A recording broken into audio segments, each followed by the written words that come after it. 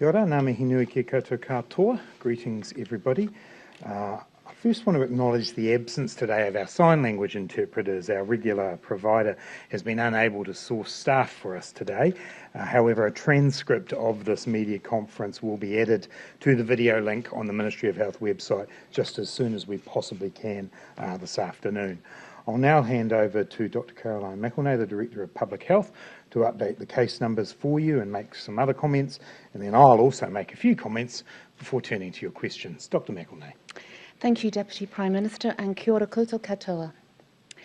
There are 71 new community cases to report today, now being seen across many parts of Auckland. This takes our total cases in this outbreak to 1,790, of which 1,189 cases have now recovered. Today's new case numbers are sobering, but not unexpected because of where we are in the outbreak. As we see numbers increase, it is even more important that people get tested if they feel unwell and get vaccinated if they're not already. Testing and vaccinations remain our best tools for fighting the virus. Please also wear masks when you're out and about and wash your hands often.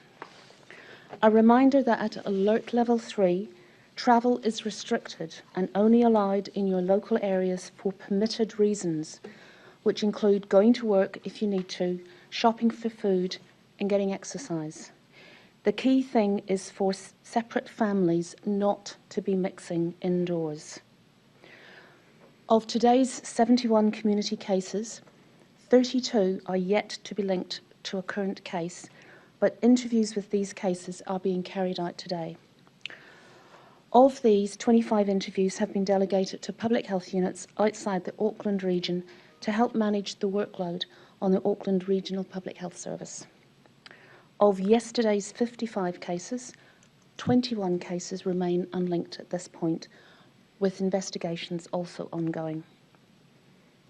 There are 33 people in hospital with COVID-19. 5 of those are in ICU or a high dependency ward. All are in hospitals in Auckland, with the exception of one case in Palmerston North Hospital. On testing, yesterday there were 13,960 swabs taken in Auckland and 28,646 tests processed throughout the country.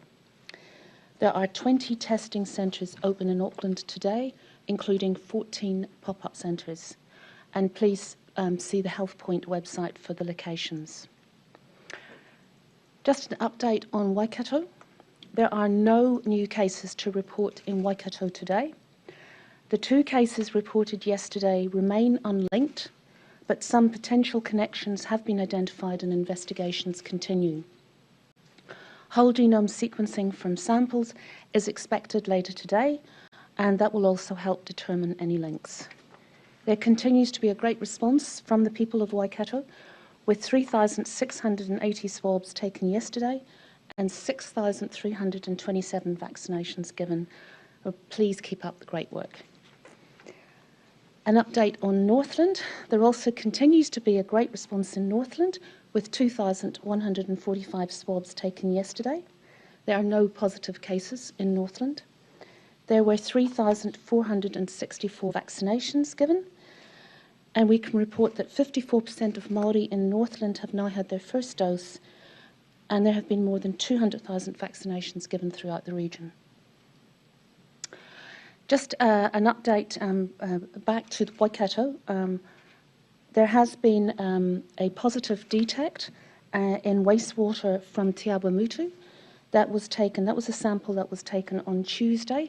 Follow-up samples have been taken, and we're awaiting the results of those.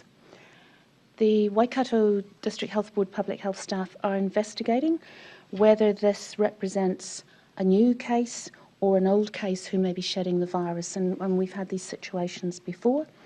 But in the meantime, anyone in Te Awamutu who has COVID-19 symptoms or has visited a location of interest should get tested immediately.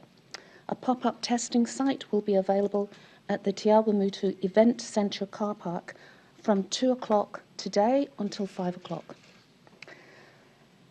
COVID-19 was also detected in a wastewater sample from Raglan on Tuesday. This does follow earlier detections from samples taken last week. Again, we have had a number of cases in Raglan, but a reminder, anyone in Raglan with symptoms or who's been at a location of interest at the relevant time to get tested. I'm pleased to report there's been no COVID-19 detected in Palmerston North. There were some detections last week, but again, we had a known case who was in Palmerston North. And finally today, I'd like to make a special mention of the 30,000 plus allied health professionals working in our hospitals, primary care and community settings. It's World Allied Health Professions Day, and there are more than 43 professions who play crucial parts in New Zealand's COVID-19 response, from lab technicians, pharmacists, sonographers, physiotherapists and others. And I'd really like to thank you all for your continued hard work.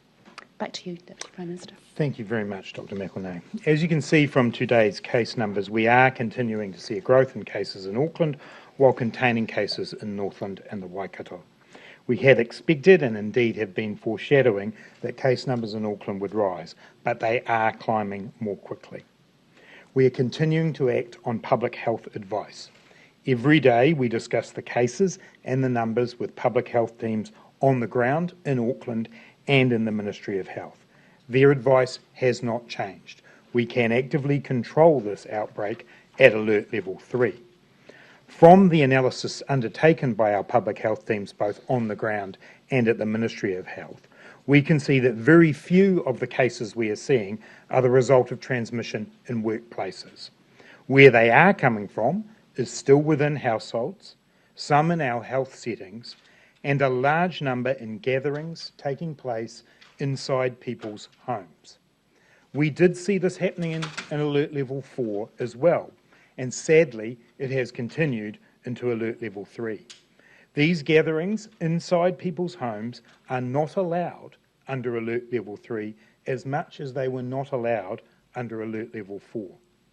My message today is clear. We need people in Auckland to stick to the alert level 3 rules. As the Director of Public Health has just said, this outbreak is not in a small number of clusters in a small geographical area. It is affecting people in all parts of Auckland, which makes it everyone's job in Auckland to help prevent its spread. New Zealand's alert level 3 is amongst the toughest set of restrictions applied by any country in the world. The Oxford Stringency Index places New Zealand as the country with the highest level of restrictions anywhere in the OECD at the moment. Level 3 has worked to contain outbreaks in Auckland before, but with Delta we know we are facing a more tricky and challenging opponent. And we also know that the longer restrictions are applied, the more fatigue creeps in and our guard can slip. But I can't urge people enough that now is not the time for complacency. I have two very specific asks for people, particularly in Auckland. Firstly, please get vaccinated. The first dose number in Auckland is around 87%, but it hasn't budged much over that in the last few days. Second doses sit at 66% and are increasing, but we need to see both these numbers over 90% to really make a difference to cases and really ensure that our hospitalisation rate stays low. Secondly, we need people to follow the rules. Stay in your bubble. Wear a mask. Maintain physical distancing. And don't mingle with family and friends other than in safe outdoor settings where we know the virus spread is limited. As I say, level 3 is the highest level of restrictions currently applied anywhere in the OECD. They can work to limit case growth, but only if everyone follows the rules. I'm conscious that the longer the restrictions that go on, the harder it is to maintain our defences. But it has never been more important to follow the basic rules we have applied since the start of last year when COVID first arrived in New Zealand. Treat those around you as if they may have COVID.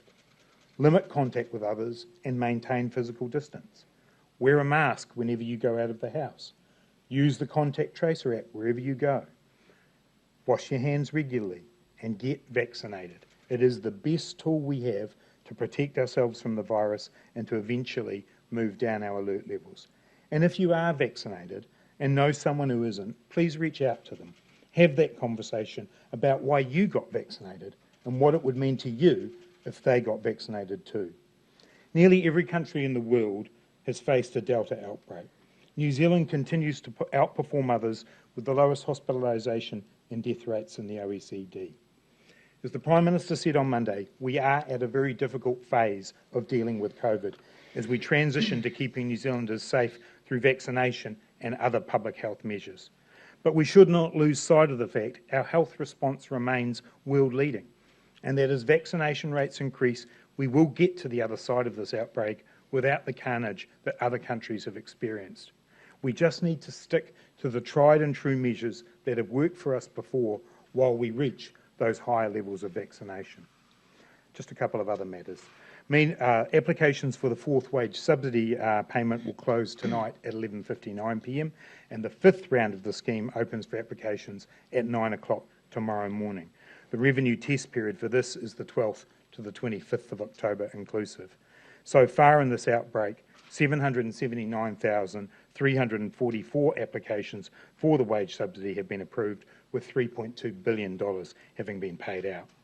The Resurgent Support Payment has paid out $960 million to businesses with their fixed costs, such as rent, taking us to a total package of economic supports of just over $4.2 billion. And finally, on Super Saturday, we're seeing a range of fantastic events being planned across the country. One that particularly caught my eye was that Air New Zealand are turning one of their Boeing 787 Dreamliner aircrafts into a vaccination clinic at Auckland Airport. Aucklanders will be able to board this Jabba seat flight to receive their vaccination and enjoy Air New Zealand's top-class customer service and hospitality. You can get a behind-the-scenes glimpse of an aircraft hangar, a tour of business premiere, enjoy free in-flight snacks and receive a special boarding pass to commemorate the moment. Meanwhile, down in the South Island, I want to acknowledge the Canterbury Rugby Union, who are running a Vaccinate with a Mate initiative for rugby fans. It's giving away 1,000 double passes for this weekend's clash against Hawke's Bay for fans who are looking to get vaccinated. Tickets are also being given to the first 300 people who receive their jab each day at the Christchurch Arena drive-through vaccination clinic on Thursday, Friday and Saturday. And a reminder that you can tune in on the day to the Vaxathon, which will be broadcast on multiple platforms, including TV3 and multi-television from midday to 8 p.m. For those of us old enough to remember the telethons of the 70s, 80s and 90s, well-known celebrities, influencers and health professionals will be live, crossing to COVID-19 vaccination sites to capture the atmosphere and experiences of those receiving their first or second vaccine. We do need your help to make Super Saturday a success. Pop along to the events that are going along near you and help and encourage whānau and friends and others to do the same for our community. You can find out more information about Super Saturday, including where to get your vaccination, on the Unite Against COVID Super Saturday webpage or by calling the vaccination helpline 0800 282 926. And just a reminder for those watching that for tomorrow and the weekend there will be no 1 p.m. media conference, rather the normal 1 p.m. media statement from the Ministry of Health. Happy to take your questions. And how were the two sex workers who left Auckland able to get to Blenheim? That's still being investigated, and so I don't have the exact information on that. I want to note that both of them have tested negative in terms of the virus. By and large, I think that the boundary around Auckland is working well, given the number of people who do need to cross that boundary for legitimate reasons. What we have asked the Ministry of Business, Innovation and Employment, who have the responsibility largely for the release of exemptions to people, to take another look at their processes to make sure that they are working as well as they can. They had received an exemption? I don't have that information. So you don't know anything about how two people were able to get across the border? Doesn't that just suggest the border is a bit too loose? No, what it suggests is we're still investigating that, and I have no doubt we will find out quickly, just as we did with the cases in Northland. But I just want to reiterate, the boundary is by and large working well. There will be situations like this, and that's why we've asked the Ministry of Business, Innovation and Employment to take another look at the way that exemptions are granted to make sure that these sporadic cases don't grow. Something going on with sex workers as well, because is the boundary working well unless you're a sex worker? Because we've had a few examples now, haven't we? Well, you're telling me that. These two people obviously have been identified as that in the media. I'm not going to speculate on the occupations of others. Suffice to say that where there are cases of people, and they are rare, that this happens, we do need to look at our systems, and that's what we're doing. Are you concerned about the plan for home recovery of positive COVID cases, given that case numbers are rising and so is the number of rule breakers? Well, I think we've got to put that in context. That's a piece of work that we've been looking at in large part because it will be, in the future, something that we would be using. Where we've got asymptomatic people in a vaccinated environment, we had always intended that people would be recovering at home. We're now working through the process of what that looks like and how to manage that. We've got the home isolation pilot for people returning from overseas, and so we're working our way through those processes to make it as safe and secure as it can be. But I do want to reiterate, it was always part of the plan as we move further down the track to be able to ensure that those who need care within our health system and within our hospital system get it, but in a vaccinated environment, many people will be, have very few symptoms at all and will be able to live at home quite easily. You mentioned the increase in rule-breaking incidents. Can you tell us whether they tend to be parties or what sort of incidents they are, and are you considering toughening the rules on rule breakers if this continues to happen? Yeah, look, I mean, the information that we've been given today from the public health officials on the ground is that they categorise them as gatherings, so I'm not going to speculate on exactly what sort of gathering they are, and in a sense, it doesn't matter. Because gatherings inside houses where you are mixing bubbles are not allowed. Now, sadly, we saw this at alert level 4 as well, and it has continued at alert level 3. So, in a way, it doesn't matter if it's a party or if it's any other kind of gathering. It isn't allowed, and we need people to stick to the rules. Dr. McElnay, tougher then in that case. Sorry, what was that? Oh, yeah, sorry, you did ask that. Sorry, yeah. Obviously, we continue to look at all of the rules to make sure that they're fit for purpose, and we work with our public health officials on how that can be tweaked if it needs to be tweaked. We haven't had that advice yet, but it's quite clear that this is a problem, and so we will be continuing to discuss it. Dr. McElnay, you said at the beginning 25 interviews have been given to officials outside of Auckland to help with the caseload. Are you concerned, or is the Ministry concerned, that contact tracing has become too overwhelming for those on the ground in Auckland? No, we're not concerned. It is part of our model that we've been using right from the beginning, where it's a network of public health units across the whole country. That's been happening since the very beginning of this outbreak. Obviously, as the case numbers increase, the resources on the ground in Auckland gets more stretched. That doesn't mean to say that they're overwhelmed, and it's just part of the processes that we have where we can allocate those cases out to other parts of the country. Are you concerned about some of the comments about the Thames Coromandel Mayor Sandra Gould, who's refusing to get the COVID jab and is sounding particularly anti-vaccine? Sandra Gowdy, yeah. Look, we encourage all New Zealanders to get vaccinated. It is vitally important for all of our future that we have as higher rates as possible. And I think it is particularly important for community leaders to show leadership and get vaccinated. And so, I don't want to personalise this to that particular mayor, but she is in the media. It is clear that she is espousing views that are not going to help us get vaccinated. There will be a small number of people, and you've heard it on the podium here in recent days, who won't be able to use the Pfizer vaccine, but it is a very small number of people. It's a safe vaccine. It's a vaccine that's been used all around the world, and I would encourage that particular mayor and every other mayor in New Zealand to promote vaccination. Down the team of 5 million? Well, I'd like everyone to be vaccinated. Thomas, you and next. We'll come over here. A quick follow. Okay. Yeah, yes. Thank you. One of the reasons she says that she doesn't want to be vaccinated is because she's waiting for Novavax. She certainly won't be the only New Zealander who has that position. What will you say to the Kiwis who are waiting for the Novavax vaccine? Well, I'm happy. I'll let Dr. McElnay add on to this, but Pfizer is a safe vaccine.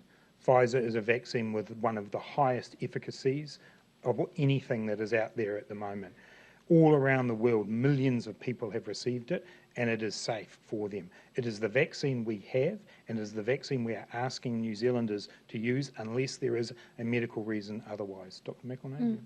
No, totally support that. We are aware that there are some people who have some individual concerns about Pfizer, and that is why the government has other vaccines as part of the portfolio, and we'll be looking to get those vaccines in so that that can add to the portfolio. But Pfizer is a very safe vaccine and has been used throughout the world very effectively, and we've seen that here. Whereas Novavax hasn't. I beg your pardon? Sorry? Novavax hasn't had the same trials and... Well, it certainly isn't as widely used. It's not, and that is not to say anything against Novavax per se. It's just to say that we have Pfizer here in New Zealand. It is widely used, it is safe, and we're asking all New Zealanders to get on board with it. I did say Thomas and then I'll come back across. Look, given you're pointing to these households who are breaking the rules, having gatherings, why aren't we seeing prosecutions?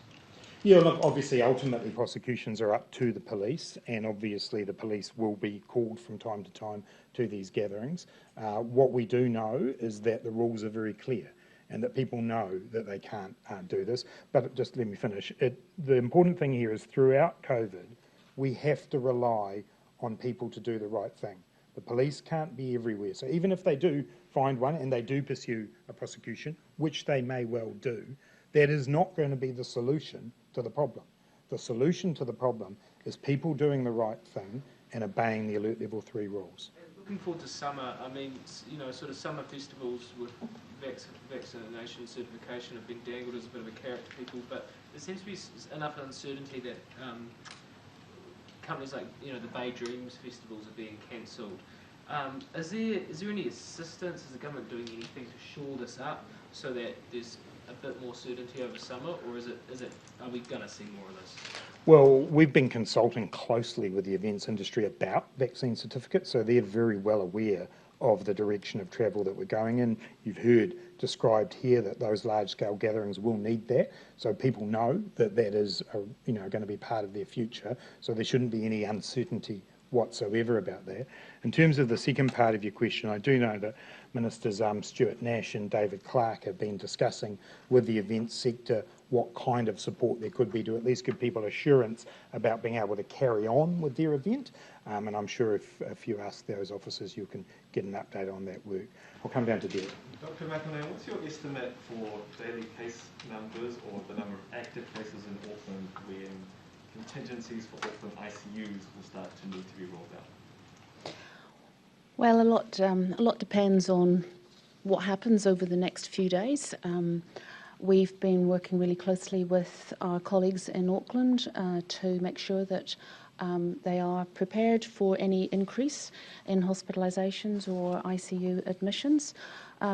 Based on the numbers that we've been seeing over the last few days, we would expect a sort of a doubling of cases over the next 14 days. That's assuming the trend continues, and we don't know if that's likely to be the case, because again, reiterating what the Deputy Prime Minister has said, by people following the rules in Alert Level 3, we expect that we're able to get a lid on the situation in Auckland. But certainly we've been working with the Auckland District Health Boards to make sure that they are prepared. Do you have a best estimate on when those contingency ICU plans will need to start to be used? Well, they're already doing the planning. There's a lot of work. I mean, it's not just about the current beds that they've got or the current ICU beds. There's a lot of planning around how we can start to change our approach, and that is where the management of the community, in the community. But I think the important point here, Derek, is not to, yes, the planning has to happen because that's the responsible thing to do. But bear in mind where we are today with, 5 in ICU? Our level of hospitalisation, our hospitalisation rate remains relatively low. And so ICU capacity is fine at the moment, but people, of course, need to prepare for the prospect that it might grow. No, but I think the way you're describing the question makes it sound like it is an imminent problem. It is not, but it is a problem that's been worked on. There is 40 ICU beds currently, or as of Monday, that were free in Auckland hospitals, and if we do get a doubling of cases every 12 to 14 days, I'm just trying to get a sense of... Look, and I think the bottom line is we don't have the exact information with us here, but again, just be clear, number of cases, hospitalisation rate, number of people going to ICU, the number of cases at the moment isn't giving us the high levels of hospitalisation or the high levels of ICU that are directly related. Can I ask you then about contact tracing? Does the Ministry of Health have an idea of what the saturation point is for the contact tracing capacity? Clearly, in a Delta sense, in Auckland, obviously, at the peak of the outbreak, maybe a month or so ago, when we had 83 cases a day, the Ministry of Health said we could handle 1,000 new cases a day, and the capacity was stretched, and obviously 83 is nowhere near 1,000. Yeah. The capacity is very dependent on the amount of detailed investigation you do with each case, and that is where we can certainly cope with a large number of cases, but it does mean that the detailed investigation into those cases would decrease. We would still be putting in place the management, because the real focus is on the contacts and making sure that those contacts are identified quickly and that they are quarantined so that they're not passing on the infection. So because we work as a national system, I've been assured that we have got the capacity to deal with the numbers that we're dealing with. We're not seeing any pressure across the system. With the I'm asking about what numbers projected. Will pressure start to come on that? Well, I think the latest that I heard yesterday was about 170, 180 cases a day would start to really put pressure on the system as a whole. And then, what we're also doing to support that is how we can use better use of technology, which will actually allow you to then deal with more cases. Again, some of the interviews that we do, the details that we go into, we're looking at ways just to prepare for how we can cope with an extra Okay, numbers. we'll just come up a line here. No, we'll do this. I'll come back over. Yep. Okay, just following up from Derek's, because the Ministry of Health has said that they could do 1,000 new cases and 6,000 contacts a day at sort of surge capacity. But 6 contacts for a case seems quite low. So what would happen if you sort of exceeded 6 contacts? I think that refers to modelling that was done last year. What was certainly seen with this outbreak is we do tend to see a lot more contacts with the cases because we've had large households. So we're already factoring that into how we manage those contacts. So that's already there in our planning. Just more on the vaccine hesitancy sort of question. So experts have said, just queried whether data is being collected on pregnant women who may sort of still be a bit worried about the vaccine safety. Are you collecting any info on this, and is any sort of extra special efforts being made to collecting what data on the vaccination in pregnant women? Yeah. I'm not aware that that's recorded as part of the vaccination event, but we may have other ways of obtaining that information, or at least getting an estimate of how many of our pregnant women are being vaccinated. So we can look into that and come back to you with how we might do that. But it's not generally recorded when you're vaccinated. And let's be really clear, the vaccine is safe for pregnant women. There is no evidence anywhere in the world to indicate otherwise. That's right. So just on the border controls and some of the issues there, we've seen the whole region essentially shut down because of a breach. How urgent is that MB work that you're getting done to look at those rules? And on fake addresses, is that something that you're seeing happening? Fake addresses on applications for boundary movement. Across the border, is that something you're seeing coming through, and is that something you want to crack down on? On that particular point, I haven't seen any particular evidence of that, although in the cases in Northland, I think there was some difficulty getting a hold of people, but I don't think that was necessarily because the contact details they were provided were fake. They just weren't necessarily at the place that they'd provided at the time that they returned to Auckland. In terms of the overall answer to your question, I just want to reiterate, the boundary is by and large working well. But given the numbers of people who are coming across it, many of whom have very legitimate reasons to do so, we do have to be careful about the management. And so, yes, it's an important piece of work to see if there are process changes or there are ways that we can make sure that the small number of people who are misusing the system are caught up with, and that's the piece of work that's underway. On testing delays, the time it's taken between getting a swab and notifying a case. This outbreak, how many positive tests took longer than 24 hours to return? I personally don't have that information with me, Tova. I think that's a question you've already asked the Ministry of Health to follow up on, and I think For days and days. Yeah, sure. And so I'm asking Dr. McElnay, how many positive cases were returned took longer than 24 hours to return? I don't have the metric for specifically what you're asking, but what I was informed of earlier today is that the median turnaround time for tests in Auckland is 24 to 26 hours. That's the median, and certainly our expectation has always been that the tests would be turned around within 24 to 48 hours. With respect to that, it's not happening. So what I want to know is how many, Minister, what I want to know is how many positive cases are taking longer than 24 hours to return? Well, I don't have that information with me, but we do have metrics on the time that it takes. We have published those metrics in the past. We can certainly get those metrics put on the website. Supposed to be 80% within 24 hours Yep. of all tests. Yes. That was pre-Delta.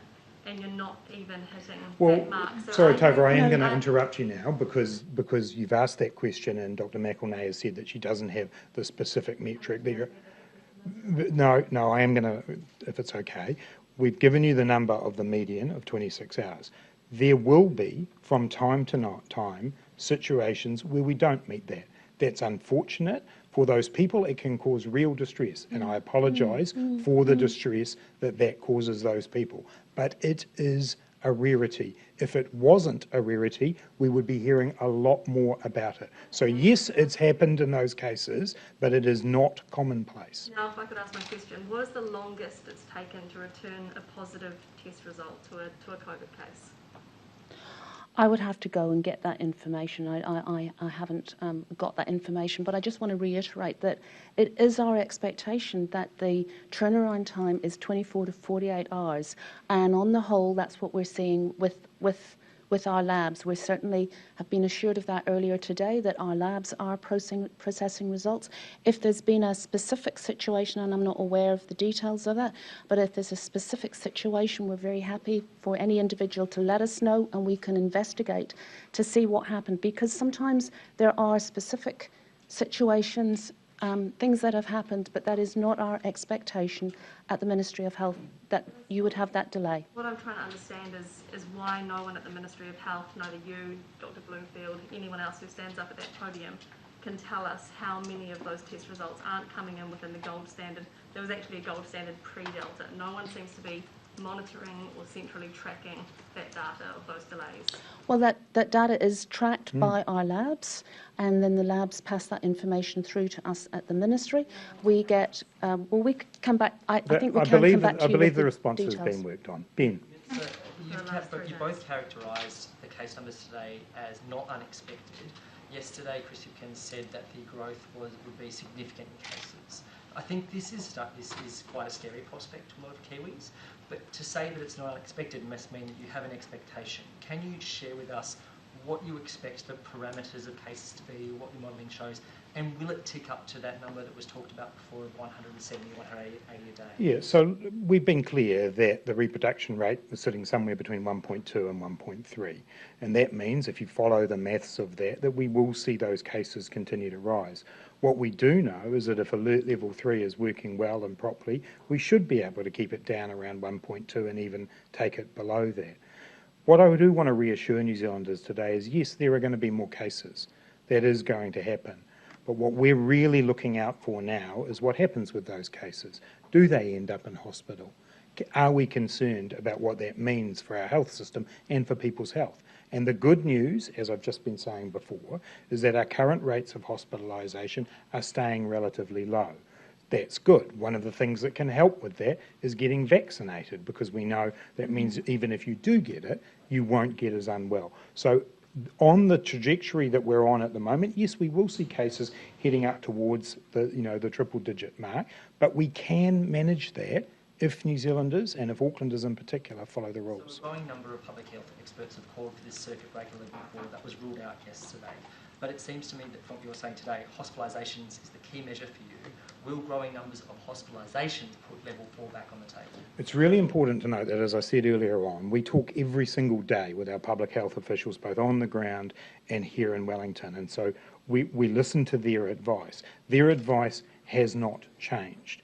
But of course, we continue to look at the circumstances that are in front of us. Alert level 3 provides us the ability to be able to manage this outbreak. That advice hasn't changed. If the facts change, if the circumstances change, then of course we consider the advice that's given to us. You're giving a bit of a wishy-washy answer. I'm not. No, I mean, you could have said that response at any time during the pandemic, I think. What is the figure that you're looking for that would put level 4 back on the table? Maybe I should ask it to Dr. McElnay. Because the answer to your question is the circumstances as we stand now, and that advice is not being given to us. So there's not a number. The answer directly to your question is there is not a number. Of course, however, as we look at the circumstances in front of us, if the facts change, if the nature of the outbreak changes, then we will listen to the advice we're given. But I want to reiterate again, that is not the advice we've been given. The advice we've been given is that Alert Level 3, working properly, can manage this outbreak. Jenna. Sorry, I just wanted to clarify, when you said we're likely to see a doubling of cases in the next 14 days or so, do you mean a doubling of the number of daily cases or total cases? Well, that's only what the modelling, assuming nothing else changes, that is what the RF of between 1.2 to 1.3 says. If nothing else changes, that's daily, yeah. In that case, then, we're going to have to move to home isolation at that point, aren't we? Well, as I think Minister Hipkins said yesterday when he was here, there's a number of options available to us in that regard. That includes those who are coming across the border into New Zealand, and it also includes the potential to move towards home isolation as well. At what point do you just bowl the quarantines, just get out of there because they're not worth it anymore? I don't think there is a point of that. There's always going to be a need when we have positive cases who need that kind of support and management. As I think I said in an earlier answer, as we move through a more vaccinated population, you're likely to see more asymptomatic people who can look after themselves well at home. And that was always in the plan, remember, because once we get to that levels of vaccination that we're comfortable with, we will still get cases, and therefore people will be managing them that way. I guess particularly for Kiwis overseas at the moment, we're getting one case at the border every day, but we're getting 60, 70 in the community. Is it fair that we're still locking out Kiwis when they're coming home to a city in an outbreak? Look, and in the end, we'll be looking at the relative public health risks as we move our way through what Minister Hipkins described. So those are the kinds of judgments that we do need to be looking at. But we're also not without cases coming across the border as well. So we've got to work our way through that. But yeah, obviously we look at the relative risks, and as we move to a position where we want to make sure that we're getting those who need that support, need to be in an isolation or quarantine facility, that the right people are in there. Jason. You've outlined a pretty bleak scenario over the next couple of days. You're saying we're likely to see cases keep going up. Is there any hope that on Monday Cabinet meets and says that Auckland is ready to relax any restrictions? Well, we'll take that advice when we get it. I mean, as I've reiterated a few times today, Alert Level 3 as it stands now remains, a way that we can manage this virus. We'll take the advice, we'll listen to it, but I'm not going to preempt it today. Yep. So we've been told by a well-placed source that over half of the new cases today are Māori. Can you confirm that, and how concerned are you by that? I don't have that specific piece of information in front of me, but obviously in an outbreak like this one, we've seen different ethnic groups be at the forefront of the outbreak at different times. Obviously, the outbreak began as an outbreak among our Pacifica community, and then it's morphed through different parts of the population. What I would say is, in the end, while those facts are interesting, what's most important is that everybody in Auckland takes responsibility for adhering to the Alert Level 3 restrictions. This is not an issue for any particular ethnic group. This is an issue for everybody in Auckland, and indeed for everyone in New Zealand. Yes, but I'm asking because obviously they're more at risk, not trying to put blame on any particular group. And we've been trying to get answers about which independent experts advised this move away from elimination and these stages in Alert Level 3. can you tell us which independent experts advised this move, and if any of the experts were? So the advice that we get comes from the Public Health Unit and the Ministry of Health, and I'm aware that they in turn talk to people across the community, including those on the ground. But Dr. McElnay, do you want to characterise the way you make the decision on your advice? Yes, I guess the question is, what do you mean by independent? We have a process where we review the outbreak, we review the situation. We have public health experts who are employed by the ministry, but also we have public health experts who are working at Auckland Regional Public Health and in the district health boards in Auckland, and we meet with them, we discuss with them the situation, and we provide our combined advice, which goes through me to the Director General, and then from the Director General through to ministers. So some of the most prominent commentators on this pandemic, Professor Michael Baker, Dr. Colin Tukuitonga, Dr. Brian Betty, say that they weren't consulted about this pretty strategic shift. So why can't the government name the independent experts? Well, I think what you've heard from Dr. McElnay is they have a process of working through with a group of people who have public health expertise. We hear all of that advice. It comes to us through many different sources. So we're consulted. Well, because we hear it through public discourse and through directly sometimes from those public health experts. So we're very well aware of the views that they are espousing. We have a very a process that's tried and true that we've run throughout this process, throughout the pandemic, that's guided our decisions. We are still being guided by public health advice. I'll just come across because there's a few people over here, so we'll go to Charlie and then come down. It's been a week since the first woman in Northland was located. Do health teams have any confidence at this stage that these women are going to cooperate? And if not, what's the plan B if they continue to refuse? I don't have any particular insight on that. The advice that I received yesterday was that we probably had as much information as we were going to get from those individuals, and that's what Northland have used to guide where they've got their testing stations and any locations of interest that are there. The strategy, if you like, in Northland has been to encourage testing throughout Northland and to really encourage vaccinations. There are calls in Northland for the women to be identified so that communities can do their own contact tracing. Is the women's right to privacy being put ahead of Northlanders' rights to safety? Well, no, we're focused on Northlanders' safety and health. And we have been working closely, or the public health officials have been working very closely with iwi, with those who are contacts, who have been identified as the people, to be able to maximise the reach into the areas where we think they may have been. There is, I believe, a location of interest in Kirikiri now, where they went to a hairdresser that will be identified and people will be able to see that. So that information has come from the work that is going on the ground. We simply have to deal with the situation that's in front of us now.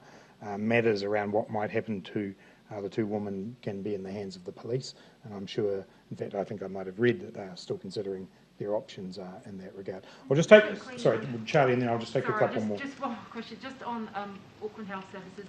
Why is it that dentists can operate at level 3 and not physios? And are you looking at reconsidering that at all, seeing they're going to be facing restrictions for some time now?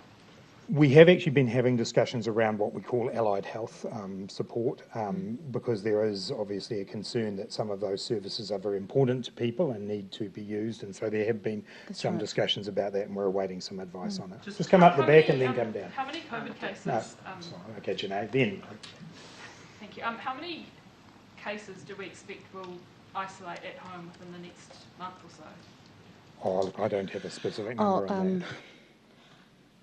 It's hard to generalise over the next period of a month, but in the short term, because what we're doing with the home isolation for cases is using a risk-based approach, and our regional public health are looking at the cases that they've got. So that will be a smaller number in the first instance, but with the ability, once we've got systems set up, to have a much bigger proportion. So it may start off at about 10 to 20% and then could increase to 50 to 60%. But the important thing is that the regional public health have to do a risk assessment, and that does depend on what they see as the risks.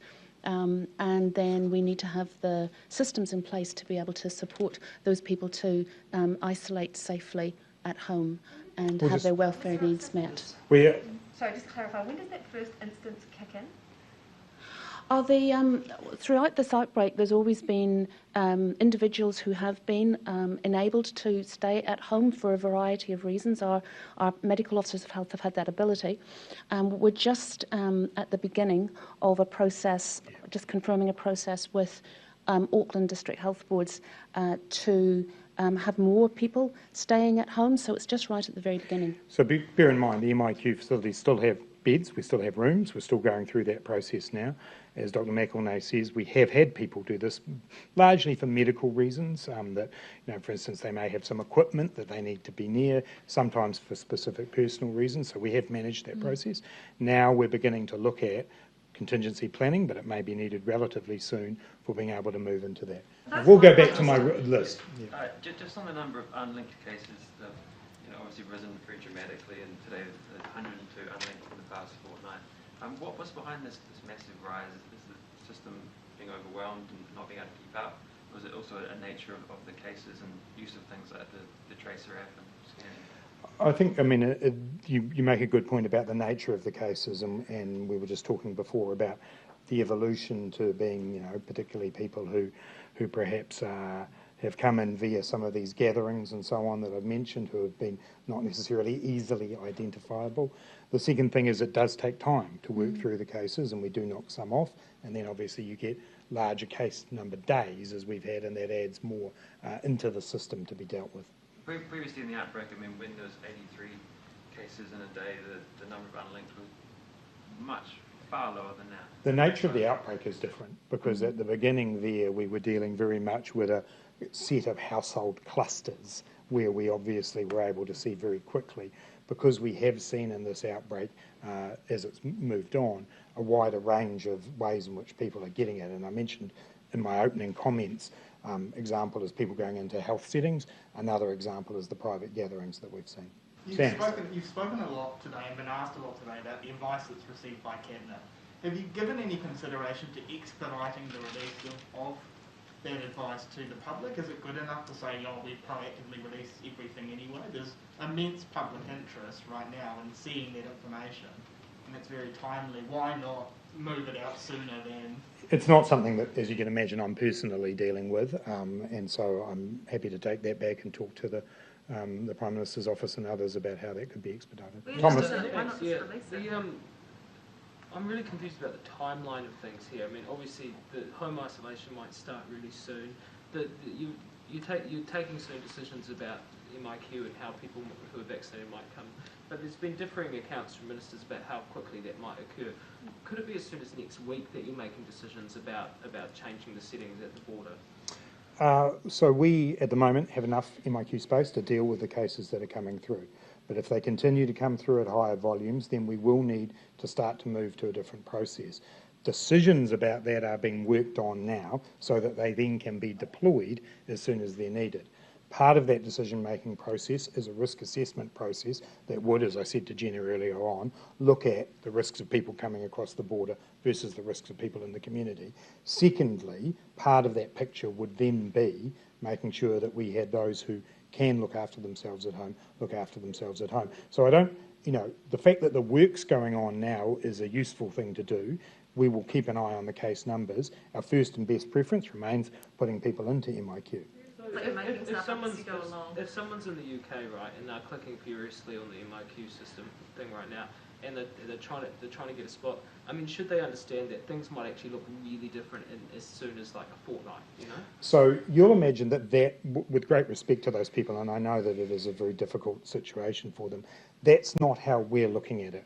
We're looking at it from the point of view of how we manage cases and using the advice that we get about risk and how we do that. So I can appreciate for them by saying, well, this looks like my experience might be different, but we have to do it the other way round about the way in which we continue to protect the health and well-being of New Zealanders and the way we manage cases. The risk profile here is changing, right? How soon is it changing for you on this? Like, could it be in a couple of weeks? Look, as we said, if the cases keep rising on the curve that they're on, and you look at the number of MIQ places that we've got, we will need to move in the coming weeks. But we're doing that by working our way through what is effectively a risk-based process, looking at the border, looking at where we've got cases in the community, and looking at what self-isolation looks like. Bear in mind, self-isolation was always part of the plan. We're now needing to bring some of that work forward, but it is most definitely part of the plan. I'll go to Amelia. Thank you. I'm back on Sandra Goldie. Is a mandate for sort of community leaders or public officials on the cards at all? Is that something you're considering? It's not something that we've discussed. No. Are you ruling it out completely? Or? Look, it's just not something that we've discussed. I'll just take a few more, so I'll come down to Joe, who hasn't had one. Can I just start off what she was saying here? So when you were talking about how you're going to reconfigure MIQ, are you talking about just taking the cases that are too many when it comes to domestic COVID cases and putting them into self-isolation? Or will you look at everyone domestically being treated on a risk base in terms of self-isolation, which would then obviously very much free up MIQ, which would allow you to bring more people from overseas back? And if you add in what Hipkins was saying yesterday about the 5 to 7 day potential, bringing it down to a smaller number for double vax people, I mean, that would significantly shift the number of people from overseas who come into MIQ. So can you just clarify, I guess, what sort of steps you're talking about there? So, I mean, you've hit on the exact point. It is a risk-based assessment. It is an assessment that is underway right now. Minister Hipkins was open about the fact that that's what we're considering. That is the policy work that is being done right now. And yes, as I've already said, it would result if we went to 7 days for people from overseas, from everywhere, 7 days from people from overseas from some places. That would change the configuration of it. That is the work that is underway right now. And that work, though, is it very much based on just having, is it based on the domestic cases all self-isolating and opening up MIQ space, or is it based on just the ones that can't fit currently under the numbers you It's based on looking at risk, and not every person in New Zealand will be in a position to be able to self-isolate at home.